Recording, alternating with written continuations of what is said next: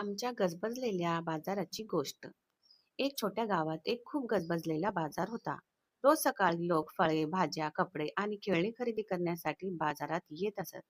बाजारात नेहमीच गोंधळ आणि आनंदाचे वातावरण असायचे. एके दिवशी एक गरीब वृद्ध महिला फुलांची टोपली घेऊन बाजारात आली. ती शांतपणे एका कोपऱ्यात बसून फुले विकत होती.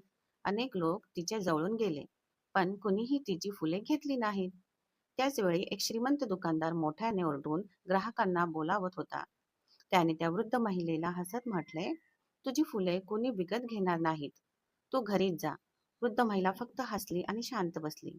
थोड्याच वेळात आकाशात काळे ढग आले आणि जोरदार पाऊस सुरू झाला. लोक इकडे तिकडे पळू लागले. दुकानदार आपल्या महागड्या कपड्यांना वाचवण्याचा प्रयत्न करत होता. पण वारा खूप जोरात होता. त्याचे दुकान अस्ताव्यस्त झाले. हे पाहून त्या वृद्ध महिलेने स्वतःची प्लास्टिकची चादर दुकानदाराच्या कपड्यांवर टाकली आणि त्याला मदत केली. दुकानदाराला खूप लाज वाटली. तो म्हणाला, मी तुमच्याशी वाईट वागलो, तरी सुद्धा तुम्ही मला मदत केली. मला माफ करा.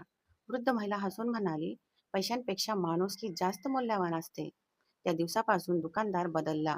तो गरीब लोकांना मदत करू लागला आणि सगळ्यांशी प्रेमाने बोलू लागला. गोष्टीचे तात्पर्य आहे, माणुसकी आणि चांगले वागणे हे पैशापेक्षा अधिक मौल्यवान असते.